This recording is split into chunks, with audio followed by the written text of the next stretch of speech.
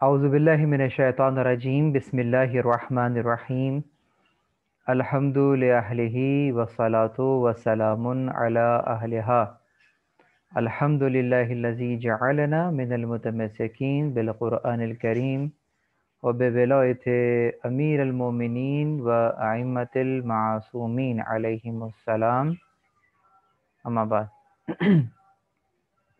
تمام تر تعریفیں خدائے وحدہ لا شریک کے لیے، درود اور سلام محمد اور اہل بیت محمد علیہ الصلاۃ والسلام کی ذوات مقدسہ پر. حمد ہے اس خدا کی کہ جس نے ہمیں اور آپ کو قرآن کریم، ولایت امیر المومنین اور دیگر ائمہ علیہم السلام کی ولایت سے متمسک کیا. عقائد اسلامیہ کے باب میں کی جانے والی گفتگو کا گو کہ مجموعاً یہ 15واں دور ہے، اور عدل الہی کے باب میں کی جانے والی گفتگو کا یہ دوسرا دور. اب تک کی جانے والی گفتگو میں ہم نے عدل الہی کی جو معنی عام اور معنی خاص ہیں ان پر نظر کی تھی، ساتھ ہی عدل الہی کی اقسام کی بھی بات آپ کے سامنے رکھی تھی.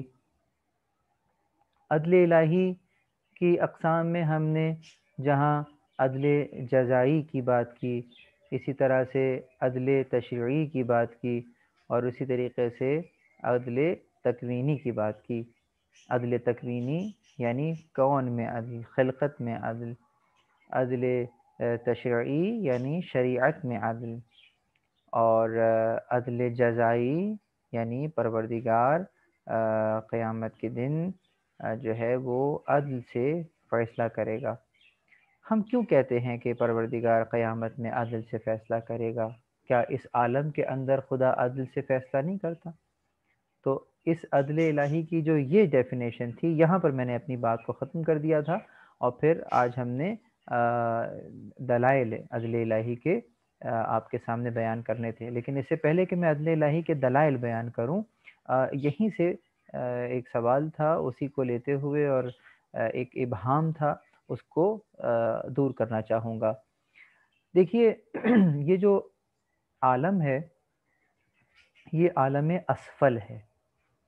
عالم اسفل جس کو ہم اسفل سافلین سے اسفل کہتے ہیں، یہ وہ عالم ہے، اور پست عالم ہے. وہ عالم عالم معنی ہے، عالم خاص ہے، عالم خالص ہے. یقیناً اس عالم کے مسائل اپنی طرف ہیں، اس عالم کے معاملات اپنی جگہ ہیں. یہ جو ہم کہتے ہیں کہ یہ عالم اس عالم کا سایہ ہے، یعنی پہلے وہ عالم تھا پھر یہ عالم ہوا ہے. اس عالم کے امور اس عالم کے سائے کے عنوان سے ہمیں نظر آتے ہیں. اس عنوان سے جس کو آپ ایبسلیوٹ پرفیکشن کہیں گے، کما حقہ جس کو آپ کہیں گے، ویسا عدل اس عالم میں بسا اوقات ممکن نہیں ہے. یہ میں نے کیا بات کہی؟ آئیے ذرا دقت کرتے ہیں.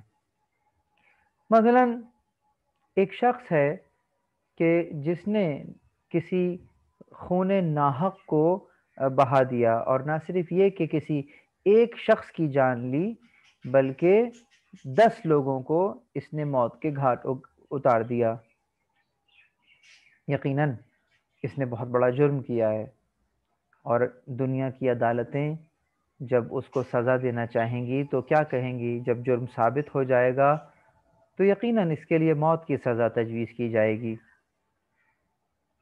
10 لوگوں کے قاتل کو اگر 10 مرتبہ آپ سزائے موت سنا بھی دیں تو بھی اس عالم میں جب اس سزا پر عمل درآمد کیا جائے گا تو آپ ایک سے زیادہ عمل درآمد نہیں کر سکتے، کیونکہ اس نے 10 جانوں کو لیا ہے. آپ اس کے بدلے میں ایک جان لے لیں گے تو حق تو ادا نہیں ہو سکے گا. کیسے اس کو اس کے جرم کی سزا دی جائے اس عالم میں، جو جرم اس نے کیا ہے، اور یہ وہ جرم ہے جو کہ بالکل بین جرم ہے۔ اس کے علاوہ کتنے جرائم ایسے ہیں کہ جس کی سزا اول تو آپ کو معلوم ہی نہیں ہوگا کہ اس نے اور کیا، اس کے اثرات کہاں کہاں تک گئے ہیں۔ اس نے کوئی ایسا کام کیا، مثلا اس نے کسی لڑائی میں کسی کا ہاتھ توڑ دیا اور اس کو معذور کر دیا۔ اب اس کو معذور ہو جانے کے بعد یقیناً آپ کی عدالت جو اس کو سزا دے گی وہ یہی کوئی لڑائی جھگڑے کے عنوان سے سزا دے کر جو ہے ان کو بری کر دے گی۔ لیکن اس کے اثرات جو مرتب ہوئے اور اس کے معذور ہونے کی وجہ سے جو شخص متاثر ہوا، خاص اس کا خانوادہ اور اس کے اور عزیز و اقارب، تو اس کی جو کیفیت ہے اس کے جرم میں اس جرم کی سزا ان کے سفر کرنے کے اعتبار سے، ان کے متاثر ہونے کے جو پاداش میں سزا اس کو کیسے ملے گی، ہمیں کیا پتہ چلے گا کہ اس کا اثر کہاں کہاں گیا ہے؟ تو یقیناً ہمیں معلوم ہی نہیں ہو سکے گا۔ ہم اس نقصان کو بسا اوقات تول بھی نہیں سکیں گے کہ کتنا نقصان ہوا ہے، تو سزا دینا تو بہت دور کی بات ہے۔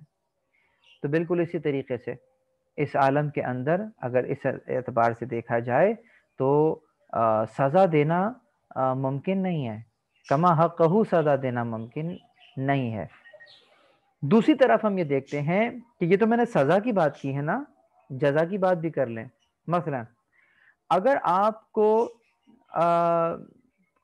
کوئی اپنی دعوت پر بلائے اور اس میں آپ کی پسندیدہ ترین شے جو ہے اس نے آپ کے لیے دسترخوان پہ رکھی ہے، اور آپ کو وہ کوئی ایسا مشروب پیش کرے، مثلا آپ کو کوئی کسی پھل کا جوس جو ہے وہ بہت پسند ہے اور وہ اس کا جوس آپ کو پیش کرے، تو آپ جب اس کو اور آپ کو بہت مرغوب ہے وہ غذا آپ کے لیے، آپ جب اس کو ایک سپ لیں گے تو آپ کو بہت اچھا لگے گا، دوسرا سپ لیں گے آپ کو اچھا لگے گا لیکن جیسا پہلا سپ تھا ویسا نہیں لگے گا۔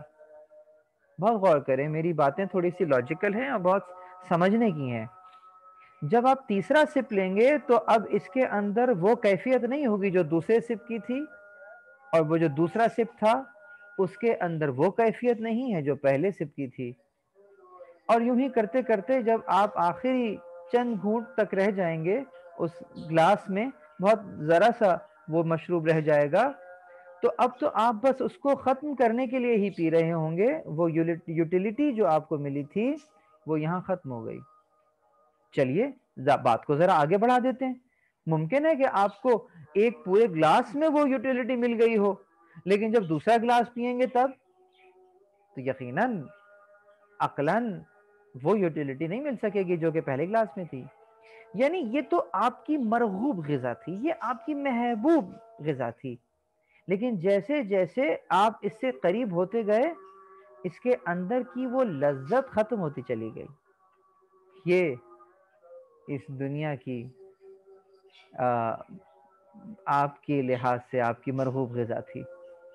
یعنی اب اگر ہم آپ کو کوئی انعام دینا چاہیں، آپ کی پسندیدہ شے بھی دینا چاہیں، تو وہ بھی ایک وقت آتا ہے کہ اس کی جسے ایکسائٹمنٹ کہتے ہیں وہ ختم ہو جاتی ہے، وہ لطف اس کا ختم ہو جاتا ہے۔ تو اس دنیا میں اس کا مطلب یہ ہوا کہ نہ سزا دی جا سکتی ہے کما حقہ اور نہ جزا کما حقہ دی جا سکتی ہے، اس لیے کہ یہ دنیا ہی فانی ہے۔ جب دنیا ہی فانی ہے، جب دنیا ہی باقی نہیں رہنے والی، تو پھر اس کے اندر کی جو کیفیت ہے، جو اس کا سرور ہے، جو اس کے اندر کی چاشنی ہے، وہ کہاں سے باقی رہے گی؟ یقیناً عقل تقاضا کرتی ہے کہ کوئی عالم ہو کہ جہاں اس شخص کو 10 مرتبہ سزا دی جائے۔ اگر اس نے 10 مرتبہ کسی کو مارا ہے تو 10 مرتبہ اس کو مارا جائے۔ اگر اسی انداز سے کسی نے کوئی ایسا عمل قبیح انجام دیا ہے کہ جس کا اثر بہت دور تک گیا ہے، تو اس کو اتنی ہی سزا آپ کو دینا پڑے گی، وگرنہ یہ اگر غور کریں میرے ساتھ، اگر ذہن سے ذہن ملائیں کہ جس طرح سے میں عرض کر رہا تھا کہ کسی کو معذور کر دیا ہے تو عدالت تو بہت سے بہت اس کو 6 مہینہ سزا دے کر چھوڑ دے گی، لیکن 6 مہینے کے بعد کیا ہوگا؟ کیا اس کے گھر والے جو سفر کر رہے تھے جو متاثر ہوں گے وہ بھی 6 مہینے کے لیے متاثر ہوں گے، یا وہ پوری زندگی کے لیے متاثر ہوں گے؟ خود یہ شخص کہ جو معذور ہوا ہے کیا یہ 6 مہینے کے لیے متاثر ہوگا یا پوری زندگی کے لیے متاثر ہوگا؟ اور وہ پوری زندگی کا مطلب یہ ہے کہ وہ اگر مثلا 50 سال اس دنیا میں اور رہ جاتا ہے تو وہ 50 سال کے لیے متاثر نہیں ہوا، اپنی تو پوری زندگی کے لیے متاثر ہو گیا جو یہاں پر تھی۔ تو اس کی کما حق سزا کون دے گا اور کب دے گا اور کہاں دے گا؟ اسی انداز سے ہم نے یہ دیکھا کہ ظالم اور جابر حکمران ظلم اور جبر کرتے کرتے ظاہراً اس دنیا میں عیش کرتے ہوئے چلے گئے، بہرحال ان کی عیش باقی نہ رہ سکی، اس لیے کہ جب دنیا ہی نے باقی نہ رہنا، جب وہ آئے تھے اور رہ رہے تھے تو ایسا لگ رہا تھا کہ بس وہی وہ ہیں، اور آج نہیں ہیں تو ایسا لگتا ہے کہ وہ کبھی تھے ہی نہیں۔ یہ تو اس دنیا کی حقیقت ہے۔ اللہ اکبر۔ تو بس دیکھنا یہ ہے کہ وہ شخص کہ جو ان کے ظلم کا شکار ہوتا رہا اور اس نے پلٹ کر کسی کا استحصال نہیں کیا اور اسی عالم میں اس عالم سے گزر گیا، تو کیا ایسے شخص کو اس اچھی بات کی کوئی جزا دینے کی جگہ موجود ہے؟ اور وہ جو غاصب تھا کہ جس سے اس دنیا میں کسی نے نہیں پوچھا، کسی نے اس سے مظلوم کا حق چھین کر مظلوم کے حوالے نہیں کیا، تو کیا اس کے مرنے کے بعد بھی اب کوئی ایسی جگہ نہیں ہے کہ جہاں اس کو سزا ملے؟ یہ خود عقل اس بات کا تقاضا کرتی ہے کہ نہیں، ایک جگہ ہو کہ جہاں اس کا تقاضا کیا جائے اور اس کو سزا دی جائے۔ تو عقل تقاضا کرتی ہے کہ ایک عالم ہونا چاہیے اور اس عالم میں اس کو کما حقہ اس کی سزا یا جزا دی جائے۔ بس تو یہ چند باتیں تھیں کہ جو کہ عقائد سے اس انداز سے متعلق تھیں، تو آئیے عدل الہی سے متعلق تھیں، آئیے عدل الہی کے کچھ اور دلائل کسی اور انداز سے آپ کے سامنے پیش کرتے ہیں۔ عدل الہی کے دلائل کے اندر جب ہم دیکھتے ہیں، نظر ڈالتے ہیں، تو ہمیں نظر آتا ہے کہ وہ جو کہتے ہیں نا کہ تعرف الاشیاء باضدادها، اشیاء کو ان کی ضد سے پہچان لو۔ تو بس اگر ایسا ہے تو دیکھیے، جو عدل الہی کی عقلی دلیل کہلائے گی وہ اس انداز سے نظر آتی ہے کہ اگر خدا عادل نہیں ہے تو پھر کیا ہے؟ تو کہا خدا اگر عادل نہیں ہے تو کیا ہے؟ تو کیا خدا ظالم ہے معاذ اللہ؟ نہیں، ایسا نہیں ہو سکتا، کیونکہ ظلم جو ہے وہ تو نقص ہے، اور اگر ظلم نقص ہے تو پھر واجب الوجود جو ہے، یعنی کہ وہ ذات کہ جو کہ تمام علتوں کی علت ہے، خود اس کی کوئی علت نہیں، وہ ذات کہ جو علت العلل ہے وہ ہر نقص سے پاک ہے، تو واجب الوجود تو ہر نقص سے مبرہ ہے، اور ظلم ایک نقص ہوا کرتا ہے، تو یقیناً خدا نقص نہیں رکھتا، خدا تو ہر نقص سے پاک ہے، ہر اس صفت سے پاک ہے کہ جو کہ اس کی شان کے شایان شان نہیں ہے۔ بس خدا ظالم نہیں بلکہ عادل ہے۔ اگر آپ سے پوچھا جائے کہ انسان ظلم کیوں کرتا ہے، یہ ایک اور سلسلہ ہے، کبھی اس پر جسٹ اپنے ذہن میں سوال کیجیے گا کہ انسان کب کب ظلم کرتا ہے، ایک ہوم ورک دے رہا ہوں، اور ذرا اس کی وجوہات لکھنا شروع کر دیجئے گا جو سمجھ میں آتی ہیں، اور جب سمجھ میں آ جائیں، جب دیکھ لیں، تو پھر دیکھیے گا کہ خدا میں اس سے متعلق کون سی صفت موجود ہے۔ تو بس خدا جو ہے وہ ظالم نہیں ہے، یقیناً عادل ہے۔ بالکل اسی طریقے سے دوسرے انداز سے اس دلیل کو دیکھتے ہیں، اور وہ یہ کہ خدا کے پاس ظلم کرنے کی کوئی وجہ نہیں ہے. مثلا اگر میں کہوں کہ انسان ان امور کی وجہ سے ظلم کرتا ہے، وہ کیا ہے؟ یقیناً انسان جو ہے وہ جہالت کی بنیاد پر ظلم کرتا ہے، یعنی کہ معلوم نہیں ہوتا. جب اس کو کوئی شے معلوم نہ ہو کہ کیا صحیح ہے کیا غلط ہے، تو وہ پھر کچھ ایسے فیصلے کر دیتا ہے کہ جو کہ اس کے یا تو شایع نشان نہیں ہوتے یا یقیناً عدل کے خلاف ہوتے ہیں. تو اب سوال یہ پیدا ہوتا ہے کہ کیا خدا علم نہیں رکھتا؟ یقیناً خدا علم رکھتا ہے، خدا عالم الغیب ہے، تو پھر وہ کیوں وہ ظلم کرے گا؟ ہم نے دیکھا کہ انسان مجبوری کے عالم میں ظلم کرتا ہے، جس کو آپ بیرونی دباؤ کہتے ہیں، اردو میں اگر کہیں تو بیرونی دباؤ جسے آپ کہتے ہیں. مثلا آپ نے کسی ظالم کو پکڑ لیا اور تھوڑی ہی دیر کے بعد، اور پکڑنے کے بعد آپ نے لاک اپ میں بند کر دیا.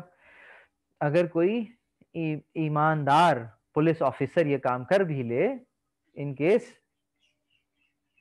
تو فون آئے گا اوپر سے کہ جناب ان کو چھوڑ دیجئے، یہ تو اپنے شہر کے معزز ہستی ہیں. تو کیا کیا جائے گا؟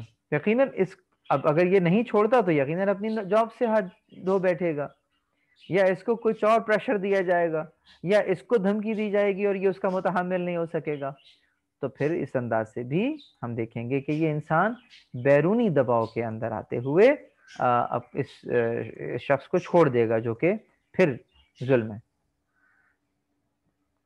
ضروریات، یعنی یوں سمجھ لیجئے کہ انسان کسی ضرورت کے تحت کسی اپنی ضرورت کو مٹانے کے لیے یہ کام انجام دے گا. تو پروردگار تو کوئی اپنی ضروریات نہیں رکھتا، پروردگار پر کوئی بیرونی دباؤ نہیں ہے، بلکہ وہ تو بیرون اور دباؤ کا خلق کرنے والا ہے.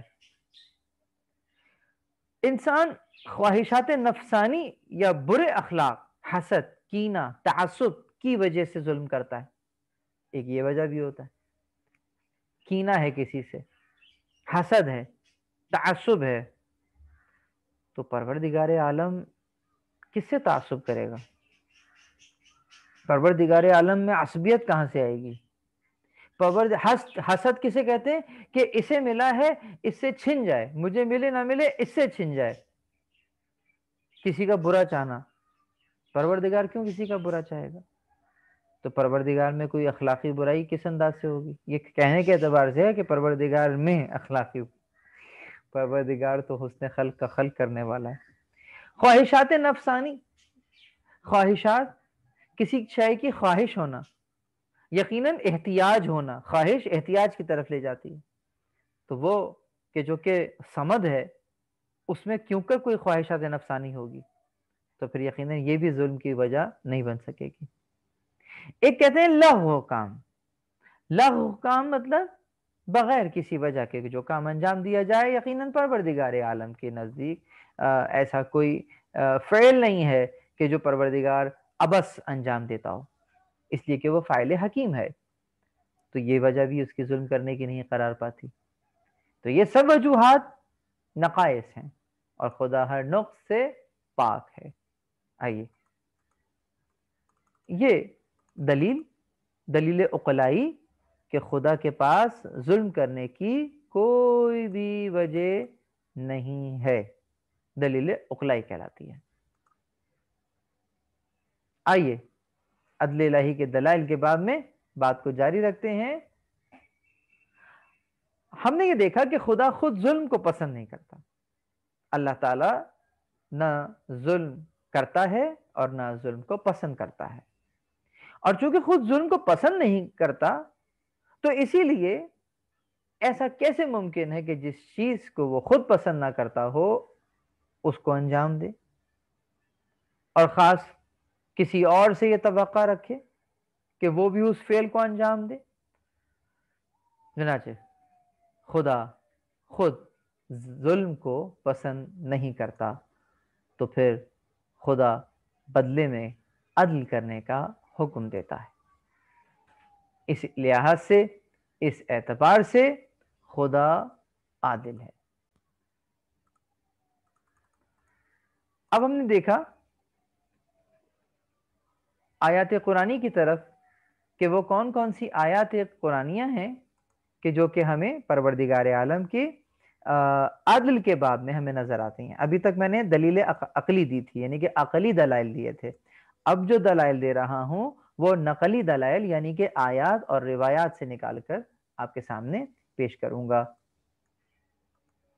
مثلا سورہ کہف کی آیت نمبر 49، سورہ یونس کی آیت نمبر 44، یا سورہ آل عمران کی آیت نمبر 108۔ فی الحال تبرکن یہ 3 آیات آپ کے سامنے پیش کر رہا ہوں۔ سورہ کہف کی آیت نمبر 49، وَوُضِعَ الْكِتَابُ فَتَرَى الْمُجْرِمِينَ مُشْفِقِينَ مِمَّا فِيهِ وَيَقُولُونَ يَا وَيْلَتَنَا مَا لِهَذَا الْكِتَابِ لَا يُغَادِرُ صَغِيرَةً وَلَا كَبِيرَةً إِلَّا أَحْصَاهَا وَوَجَدُوا مَا عَمِلُوا حَاضِرًا۔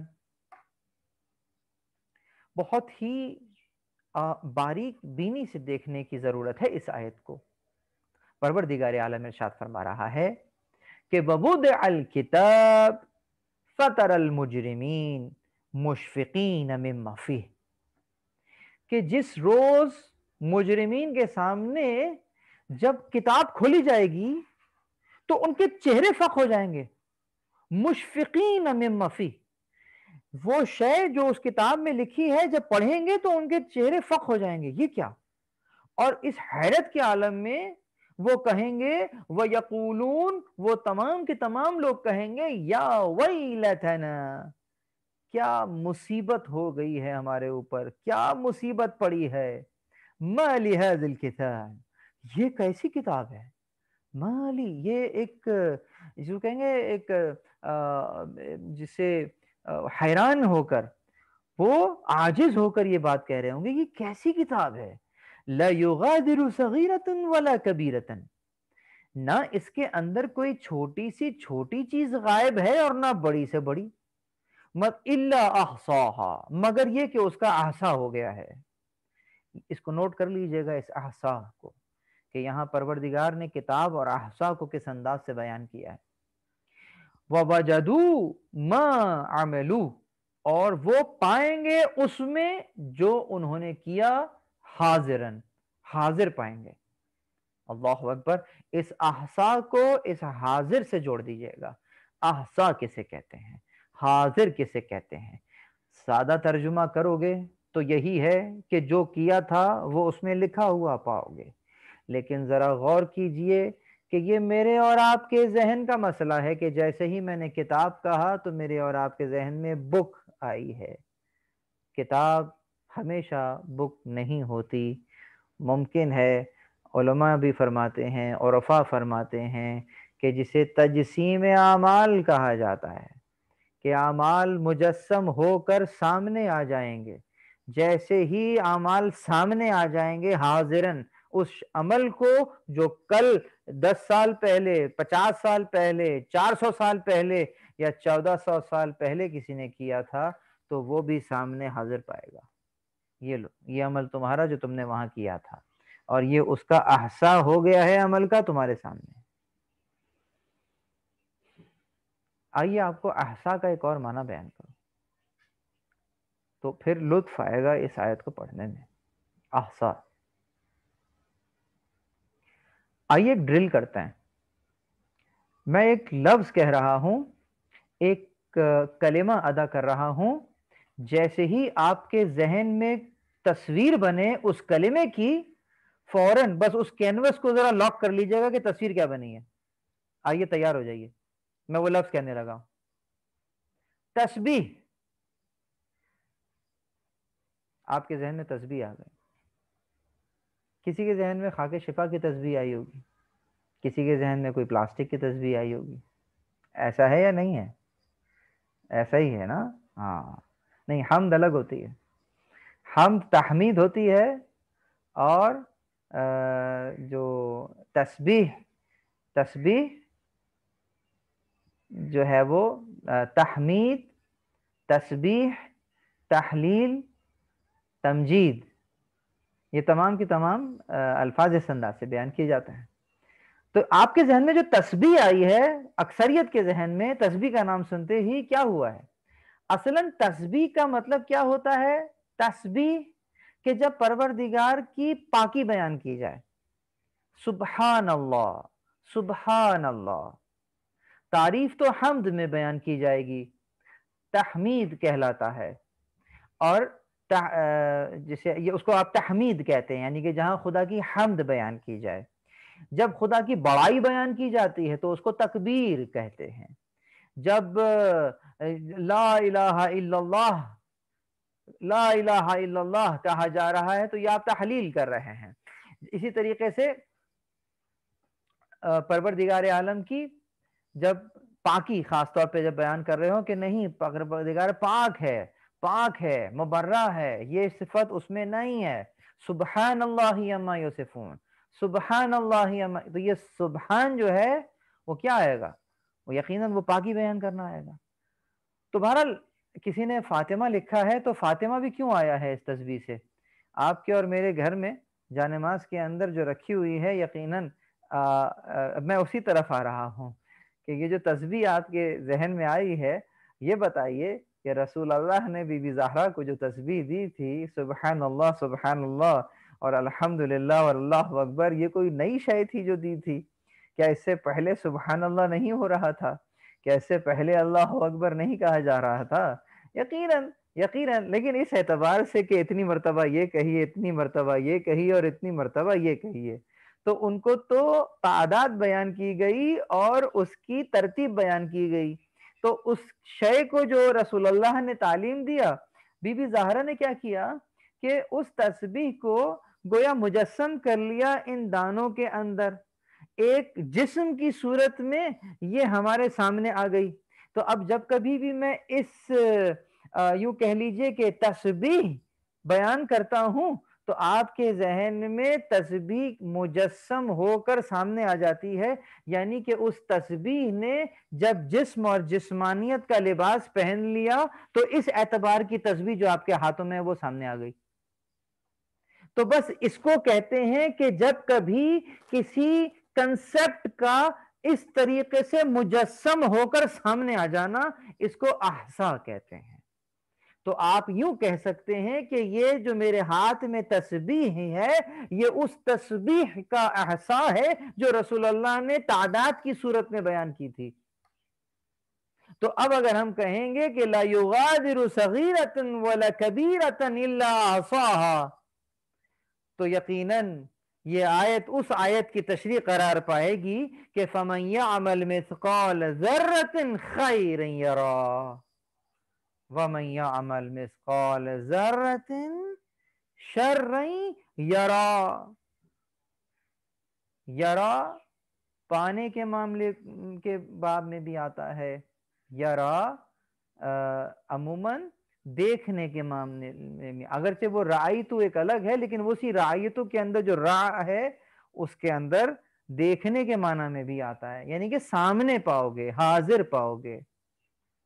تو اسی انداز سے ایک اور آیت سامنے آ گئی ہے، کیسے رہ سکتا ہوں اس کے بغیر، کہ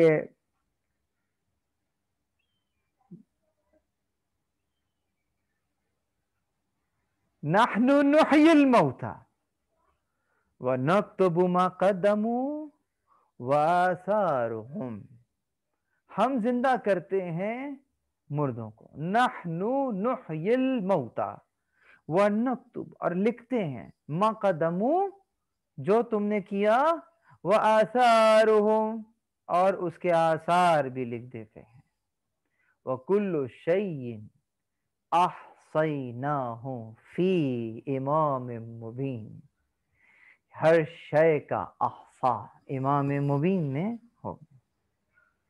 اللہ اکبر، قرآن کریم کی آیات ہیں، قرآن کریم کے احکامات ہیں، ان احکامات کا احصا دیکھنا چاہتے ہو، کس کو دیکھو گے؟ امام زمان۔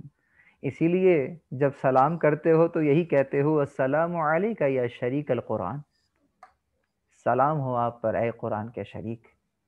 اس لیے کہ آپ کو دیکھ کر ہی تو ہمیں قرآن کا احسا نظر آتا ہے، کہ گویا آپ اگر کتاب میں ہوتے تو قرآن ہوتا، قرآن آپ کے انسان کی شکل میں آ گیا تو آپ ہیں۔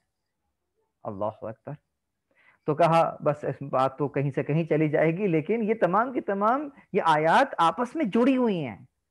ایک لفظ کو لیجئے اور کس طریقے سے اور آیتیں نکل نکل کر سامنے آتی ہیں کہ اس کو بھی پڑھ لی، اس کو بھی پڑھ لیجئے۔ لا یغادر صغیرۃ ولا کبیرۃ الا احصاها ووجدوا ما عملوا حاضرا۔ پروردگار عالم نے اس انداز سے تو اب یقیناً جو بھی کیا ہوگا سامنے ہوگا، کسی کے ساتھ جاتی نہیں ہوگی، کسی کے ساتھ ایسا نہیں ہوگا کہ ایک کیا تھا اور وہاں پہ اتنا کچھ لکھ دیا، نہ ایسا نہیں ہے۔ آگے چلیں، ان اللہ لا یظلم الناس، ان اللہ لا یظلم الناس شیئا ولکن الناس انفسهم یظلمون، کہ بے شک اللہ، ان اللہ لا یظلم الناس شیئا، اللہ تعالیٰ کسی پر ذرہ سے بھی ظلم نہیں کرتا، بلکہ لوگ خود اپنے نفوس کے اوپر، اپنی جانوں کے اوپر ظلم کرتے ہیں۔ ربنا ظلمنا انفسنا، پروردگار ہم نے اپنی جانوں پر ظلم کیا ہے۔ یہ نبی اللہ نے یہی کہہ کر ہمیں سمجھا دیا تھا۔ اور پھر اگلی آیت یہ سورہ یونس کی آیت تھی 44ویں نمبر کی، اور اسی طرح سے سورہ آل عمران کی آیت نمبر 108، تلک آیات اللہ نتلوها علیک بالحق وما اللہ یرید ظلما للعالمین۔ تلک آیات اللہ، یہ آیات ہیں بینات، یہ ہماری نشانیاں ہیں جو ہم تمہارے اوپر تلاوت کر رہے ہیں، حق کے ساتھ، سچ کے ساتھ۔ اللہ تعالی عالمین کے لیے ظلم نہیں چاہتا، وَمَا اللَّهُ يُرِيدُ ظُلْمًا لِلْعَالَمِينَ، جو پروردگار عالمین کے لیے ظلم نہ چاہتا ہو، کیا وہ خود ظلم کا ارتکاب کرے گا؟ اللہ اکبر۔ وہ تو چاہے گا کہ عالمین پر ہر جگہ عدل نافذ ہو جائے، تکویناً تو نافذ ہے، تشریعاً نافذ ہو جائے۔ بہت تکویناً تو پڑھ چکے نا عدل تکوینی کے اندر کہ خلقت میں عدل ہے، تو خلقت میں تو عدل ہے، لیکن تشریعاً عدل نافذ ہو جائے۔ یہ جو حضرت انسان ہے یہ اپنے اختیار سے عدل کو اختیار کرے، یہ اللہ تعالیٰ کا لطف ہے کہ وہ ہماری چاہت ہے، اس لیے کہ اس نے چاہا ہے کہ ہم اپنی چاہت میں اختیار رکھیں، تو یہ ہماری چاہت ہماری کے عنوان سے آتی ہے۔ تو یقیناً پروردگار کا نظام تکوین کے اندر تو عدل ہے، وہ چاہتا ہے کہ جو تشریعاً نظام تدوین ہو اور نافذ ہو، وہ زمین کے اوپر انسانوں کے اپنی چاہت سے نافذ ہو۔ یہاں تک ہم نے عدل الہی کے جو دلائل ہیں ان کو مکمل کیا۔ آئیے اب اس عدل الہی کو دیگر مکاتب کی طرف موڑ دیتے ہیں۔ دیگر مکاتب میں ایک دبستان جس کا نام اشاعرہ ہے، اور اس کے ماننے والے اشعری کہلاتے ہیں۔ ان کے نقطہ نظر سے عدل کی ڈیفینیشن کیا ہے؟ یہ وہ مقام آ گیا ہے کہ جہاں پر ہم یہ بیان کر رہے ہیں کہ آخر ہمارے اصول دین میں عدل کو کیوں رکھا ہے۔ اس لیے کہ جب دیگر مکاتب بھی خدا کے عادل ہونے کی گواہی دیتے ہیں تو پھر ہم الگ سے اپنے عقائد میں عدل کو کیوں بیان کرتے ہیں؟ تو اس کی وجہ یہ ہے کہ آئیے ذرا دیگر مکاتب کی طرف نظر کرتے ہیں اور دیکھتے ہیں کہ وہ عدل کی تعریف کیا کرتے ہیں. تو ہمیں نظر آتا ہے کہ عدل کی تعریف اور تشریح، یہ اشعریوں کا نظریہ بیان کر رہا ہوں. اشعری یہ کون ہوتے ہیں؟ ان کے اوپر، ان کے دبستان کے اوپر تفصیل سے بات کریں گے انشاءاللہ، لیکن فی الوقت فقط ان کا وہ نظریہ کہ جو فقط اور فقط عدل کے بارے میں رکھتے ہیں وہ اس انداز سے رکھتے ہیں. عدل کی تعریف و تشریح بذات خود نظر میں رکھ کر ممکن نہیں ہے. اسی طرح سے کیوں ممکن نہیں ہے؟ کہا اگر آپ ایسا کریں گے تو پھر افعال الہیہ کے لیے آپ اس کو گویا بطور میزان قرار دے رہے ہوں گے اور پروردگار کے عمل کو تول رہے ہوں گے کسی میزان پر. پروردگار کے عمل کو کس میزان پہ تولا جا سکتا ہے؟ وہ تو جو کرتا ہے عدل کرتا ہے. یہاں گڑبڑ ہو گئی، اس جگہ پر آگے دھوکہ کھایا جاتا ہے. وہ کہتے ہیں وہ تو بادشاہ ہے، جو چاہے کر سکتا ہے. تو یہ خدا کی ذمہ داری کا تعین کرنا ہوگا جو کہ جائز نہیں ہے. اور اس کے علاوہ مشیت اور ارادہ الہی کی حد بندی ہوگی کہ خدا یہ کر سکتا ہے، خدا وہ نہیں کر سکتا. وہ تو بادشاہ ہے، جب چاہے جو چاہے جہاں چاہے کر سکتا ہے. یہ لیجیے، تو یہ خدا کی ذمہ داری کا تعین کرنا ہوگا.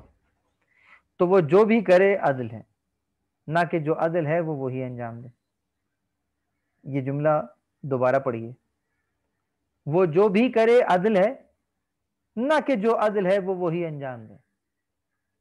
اس لیے کہ جب آپ یہ کہتے ہیں کہ جو عدل ہے وہ وہی انجام دے، تو اس کا مطلب یہ ہوتا ہے کہ آپ پروردگار کے لیے کسی پیرامیٹر کا تعین کرتے ہیں اور پھر یہ ایکسپیکٹ کرتے ہیں کہ وہ وہی کرے گا کہ جو آپ نے عدل کی ڈیفینیشن دی ہوئی ہے، اور اس پیرامیٹر پہ رہتے ہوئے وہ تمام کام کرے گا. تو اشعری نقطہ نگاہ یہ کہتا ہے. ایک مثال دوں تو سمجھ میں آ جائے گا کہ یہ جو آخری جملہ لکھا ہے یہ کتنا بھیانک ہے. اس جملے کا نتیجہ یہ ہے کہ اگر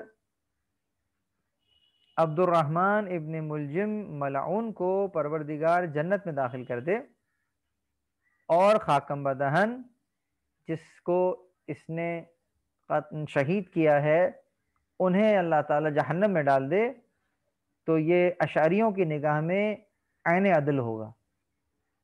یہ لیجیے، کیا کہیے؟ اگر خدا کسی بندہ مومن کو جہنم میں ڈال دے اور ایک کافر، فاسق و فاجر جو ٹائٹل لگا سکیں کسی شخص پہ اس کو جنت میں ڈال دے، تو یہ عین عدل ہوگا، کیونکہ خدا تو جو کرتا ہے عدل کرتا ہے. تو پھر ظلم کیا ہوتا ہے؟ تو پھر ظلم کیا ہوتا ہے؟ مطلب خدا جو کرے عدل ہے.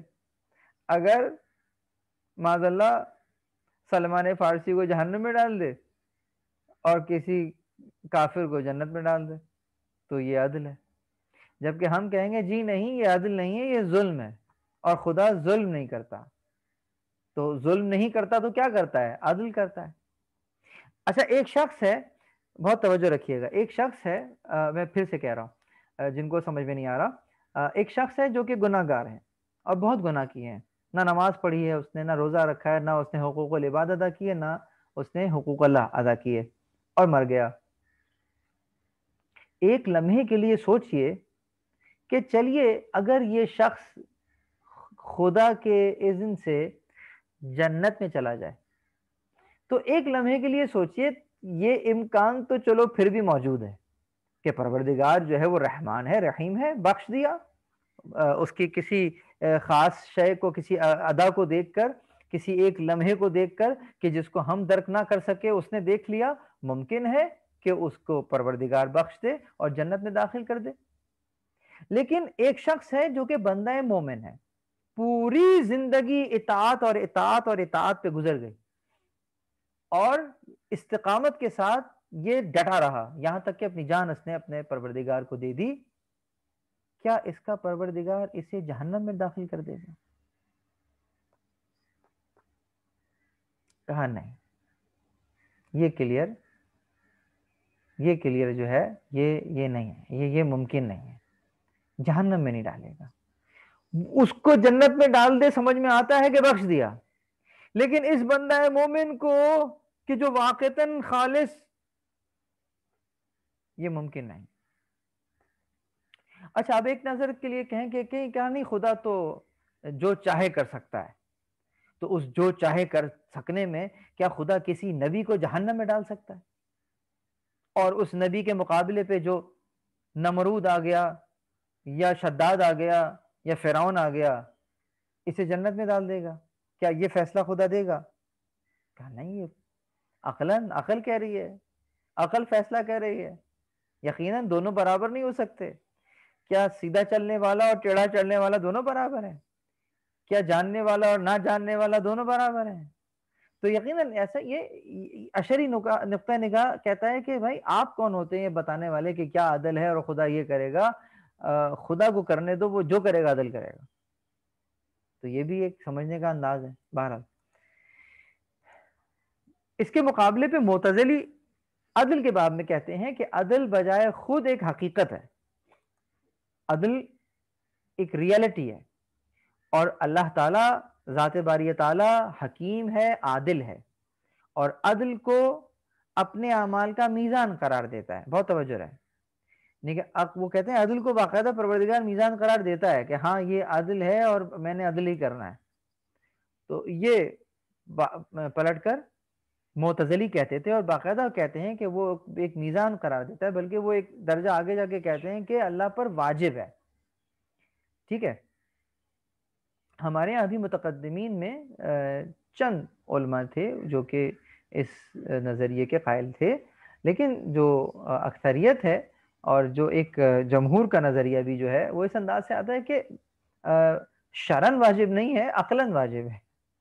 تو یہاں جب اس انداز سے جب کلام میں ہم واجب کی بات کر رہے ہوتے ہیں تو اس کا مطلب یہ کوئی فقہ والا واجب نہیں ہے، کہ ایسا نہیں کہ خدا کو بھی کسی نے مکلف کیا ہوا ہے، ایسا نہیں ہے، خدا مکلف نہیں ہے، خدا تو مکلف کرتا ہے، لیکن یہاں جب ہم کہیں گے کہ واجب ہے تو اس کا مطلب یہ ہے کہ عقلاً واجب ہے۔ اگر عاقل ہے تو یہ کرے گا، اگر عاقل ہے تو یہ نہیں کرے گا۔ تو خدا تو عاقل ہے، خدا تو حکیم ہے، خدا تو فاعل حکیم ہے۔ اب آئیے کہ اس موضوع کو ایک اور انداز سے دیکھتے ہیں، وقت میرے پاس بہت جو ہے وہ کم رہ گیا ہے۔ موضوع، کیا انسان اپنے افعال میں مجبور ہے یا اسے اختیار حاصل ہے؟ یہ ایک ہمارا موضوع ہے۔ اب آئیے ذرا کچھ مسلمات کو دیکھتے ہیں۔ مطلب ہم نے دیکھا کہ ہر شے کا خالق فقط خدا یکتا ہے، یہ ہم نے توحید در خالقیت میں دیکھا تھا، ایسا ہی ہے۔ تو اگر ہر شے کا خالق فقط خدا ہے تو انسان کے جو افعال ہیں یقیناً وہ فعل سرزد ہوتا ہے، وہ فعل نہیں تھا، فعل ہو گیا، تو یقیناً فعل خلق ہوا۔ تو اگر فعل خلق ہوا ہے اور فعل مخلوق ہے تو اس کا خالق کون ہے؟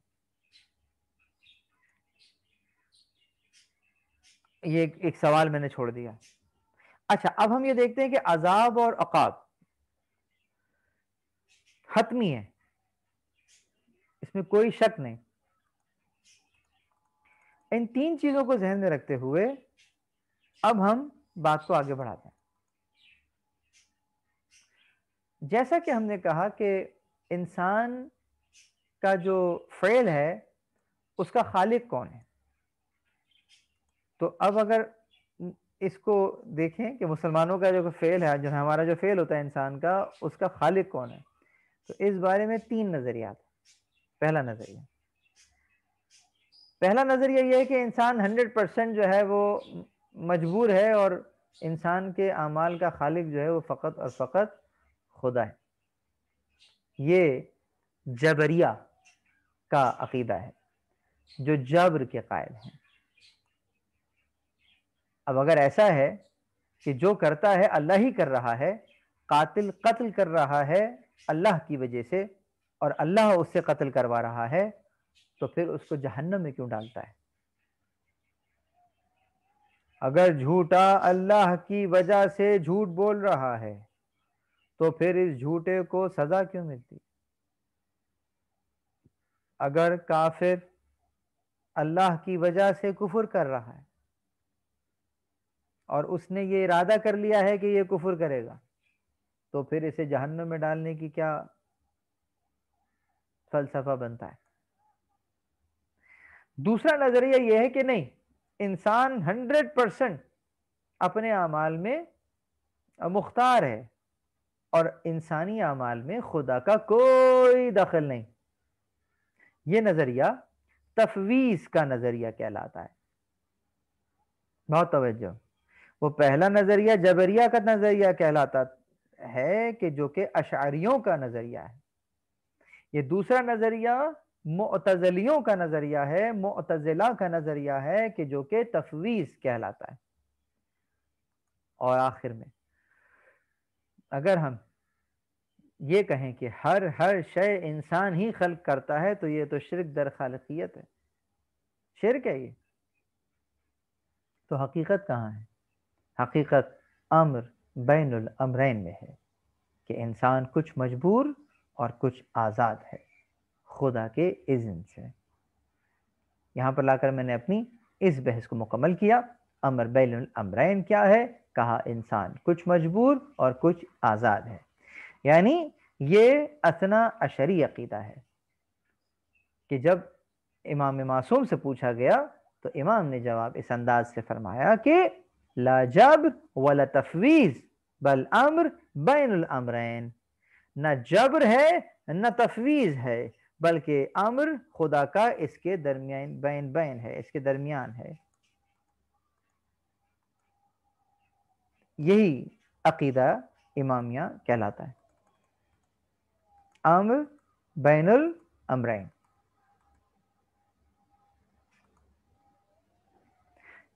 یہ جو ایک اور فرقہ اس زمانے میں ایک وجود میں آیا کہ جو کہ اسی مسئلے کی بنیاد پر بنا تھا، قدریہ، اور اس جو ان کو وجہ تسمیہ جو تھی قدریہ کو قدریہ کہنے کی کہ وہ ہے کہ خدا سے وہ تقدیر کی نفی کر کے اسے بندے کے لیے ثابت کرتے تھے، یعنی کہ خدا کا کوئی عمل دخل نہیں ہے، فقط بندہ ہی سب کچھ جو ہے وہ کیا کرتا ہے۔ یہ معتزلیوں کی ایک بگڑی ہوئی شکل تھی۔ ان کا نقطہ نظر یہ تھا کہ ہر چیز انسان کے ارادے اور قدرت کے تابع ہے۔ انسان، اچھا اب یہاں پر رکیے گا، یہ جملہ ذرا خطرناک ہے کہ انسان اپنی تقدیر خود بناتا ہے۔ یہ ہم کلام میں بات کر رہے ہیں کہ یعنی کہ وہ کہتا ہے ہر شے انسان کے تابع ہے، تو وہ انسان اپنی تقدیر خود بناتا ہے۔ ممکن ہے کسی کے ذہن میں سوال آئے کہ کیوں تقدیر تو واقعی ہم خود بناتے ہیں۔ تقدیر آپ کیسے بناتے ہیں؟ تقدیر ایسے بناتے ہیں کہ آپ پیپر اٹیمپٹ کرتے ہیں، اچھا سا مارکس ایگزامینر دیتا ہے، تو یقیناً آپ اپنی کوشش کرتے ہیں اور آپ بسا اوقات دعا کرتے ہیں، اور دعا سے اپنی قسمت کو جسے کہیں بدل دیتے ہیں کہ جو چیز آپ کو کم ملنی تھی وہ زیادہ مل گئی، جو نہیں ملنی تھی وہ مل گئی، جو آفت آنی تھی وہ ٹل گئی۔ تو یہ مکافات کی دنیا ہے، اس کے اندر رہتے ہوئے انسان جب خدا سے ارتباط کرتا ہے اور اس سے مانگتا ہے تو اس کو بہت سارے امور کے اندر وہاں سے توفیق اور اس کے اوپر الطاف ہوتا ہے۔ اس کے بانی جو تھے وہ معبد جہنی اور غیلان دمشقی تھے، جنہوں نے اس مکتب کی بنیاد رکھی تھی۔ عمر بن عبدالعزیز کا غیلان سے ایک تحریری مناظرہ ہوا تھا، بعد میں حشام بن ملک نے بھی اس سے مناظرہ کیا، لیکن تاکہ وہ اس کو قتل کرنے کی اس کی کوئی وجہ ہاتھ آ جائے اور ایسا محسوس ہو کہ جناب یہ تو کفر اختیار کر چکا ہے اور مرتد ہو گیا ہے، تو میں اس کو پھر مروا دوں گا اس انداز سے۔ امام اوزائی جو کہ اہل سنت کے امام تھے، اس نے بھی اس شخص سے مناظرہ کیا، لیکن برابر رہے، کوئی نتیجہ نہیں نکلا۔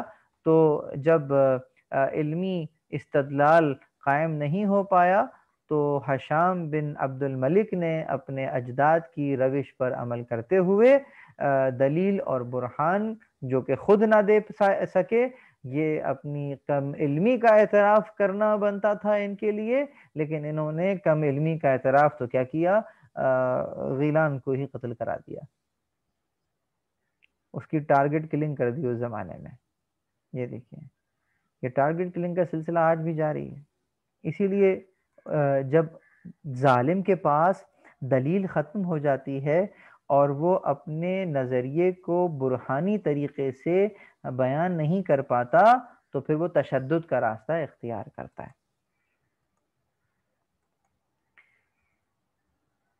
بصرہ میں پھر بعد میں یہ فرقہ پھلتا پھولتا رہا۔ قدریہ جو ہے اس کا ایک اس قسم کہیں گے کہ یقیناً فرقہ تو اسلامی فرقہ ہے، اور ان کے ماننے والوں کا جو عقیدہ تھا وہ یہ تھا کہ جو کام کرتے ہیں اللہ تعالیٰ نے انسان کو اختیار دیا ہے اور وہ اختیار کل رکھتا ہے، اور اللہ تعالیٰ کا اس کام میں کوئی بھی کردار نہیں ہوتا۔ تو یہ یقیناً یہ جبریہ کے مقابل پہ چونکہ پیدا ہوئے تھے، جبریہ وہ کہ جو کہ ان تمام باتوں کو الٹ دیجئے، کہ وہ یہ کہتے تھے کہ نہیں اللہ ہم تو کچھ بھی نہیں کرتے، سب کچھ خدا کرتا ہے۔ تو یہ دوسرا ایک عقیدہ تھا۔ خدا کی حکمت سے بھی منکر تھے یہ لوگ، کام کرنے نہ کرنے، کھانا کھانے نہ کھانے، خیر و شر میں خدا کا ارادہ شامل نہیں ہوتا، یہ انسان خود آٹو پائلٹ جو ہے وہ چل رہا ہے، انسان خود مختار ہے، جو چاہے کرے، جو چاہے نہ کرے۔ پھر آپ کہتے تھے کہ اب یہ سورہ قصص کے اندر استدلال دیتے تھے کہ آیت ہے نا سورہ قصص میں کہ جسے آپ چاہیں ہدایت نہیں دے سکتے، بلکہ اللہ تعالیٰ ہی جسے چاہے ہدایت دیتا ہے۔ تو یقیناً اللہ تعالیٰ ہی چاہتا ہے تو ہدایت دیتا ہے، لیکن اللہ تعالیٰ جو چاہتا ہے اس پر جو عمل ہوتا ہے تو وہ اسباب اور سبب اور اسباب کی دنیا میں وہ مسبب الاسباب ہے، اسباب مہیا فرماتا ہے، اور یقیناً جس قدر بھی ہم ان اسباب سے فائدہ اٹھاتے ہیں تو پھر یقیناً پروردگار عالم جو ہے وہ وہی ہے، وہی ذات ہے کہ جو کہ دینے والا ہے، اس میں کوئی شک نہیں ہے۔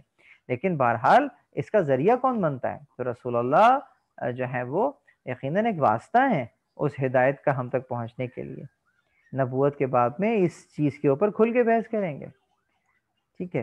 تو یہاں سے معتزلہ کے اوپر کچھ بات انشاءاللہ تعالی آئندہ کریں گے، لیکن ایک اشارہ دیتا جاؤں گا، خالی اس کی تشریح آج نہیں کر سکوں گا، کہ معتزلیوں کے جو اصول خمسہ قرار پاتے ہیں وہ 5 ہیں، خمسہ کا مطلب ہی 5 ہوتا ہے، اور وہ یہ ہیں کہ توحید ہے، عدل ہے، وعد و وعید ہے، منزلت بین المنزلتین ہے، امر بالمعروف و نہی عن المنکر ہے۔ آج بغیر تشریح کے میں نے آپ کے سامنے ان اصول خمسہ کو اس لیے رکھا ہے کہ ابھی تھوڑی دیر پہلے ہم نے لا جبر ولا تفویض بل امر بین الامرین کا بیان کیا تھا، تو کہیں ایسا نہ ہو کہ آپ معتزلیوں کے اصول خمسہ کے چوتھا اصول کہ جو کہ المنزلت بین المنزلتین کے 2 منزلوں کے درمیان کی منزل، کہیں اس کو امر بین الامرین سے نہ مکس کر دیں۔ امر بین الامرین جبر اور اختیار کے درمیان کا مسئلہ ہے، جبکہ منزلت بین المنزلتین گناہ کبیرہ کے مرتکب شخص کے ایمان اور کفر سے متعلق بحث کا نام ہے۔ اس کے اوپر انشاءاللہ تفصیلی گفتگو ہم آئندہ آنے والے سیشنز میں کریں گے، لیکن بات کو آج ہم ختم کریں گے اس جگہ پر آنے کے بعد کہ وہ جو ہم نے کہا کہ لا جبر ولا تفویض ولیکن امر بین الامرین، کہ نہ جبر ہے نہ تفویض ہے، بلکہ جو حکم ہے وہ اس کے درمیان میں ہے، یعنی ہم نصف آدھے مجبور ہیں اور آدھے مختار ہیں۔ تو اب سوال یہ پیدا ہوتا ہے کہ کتنا مجبور ہیں اور کتنا اختیار رکھتے ہیں؟ تو وہ جو اعرابی کو، جو بدو کو مولا علی نے جواب دیا تھا کہ اپنا ایک قدم اٹھاؤ، تو اس نے ایک قدم اٹھایا، کہا دوسرا قدم اٹھاؤ، وہ کہا یہ تو نہیں اٹھا سکتا، تو بس آپ نے کہا کہ اتنا آزاد تھا اتنا مجبور ہے۔ تو یہ جو آزاد تھا اور اتنا مجبور ہے، یہ تو اس اعرابی اور بدو کو سمجھایا تھا، لیکن جب وہ آپ کو بتائے گا تو آپ کو اس انداز سے نہیں بتائے گا۔ اب ذرا سنیے گا، وہ یہ کہ ہم کتنا آزاد ہیں، کتنا مجبور ہیں، تو جواب یہ ہے کہ ہم تکویناً آزاد ہیں، تشریعاً مجبور ہیں۔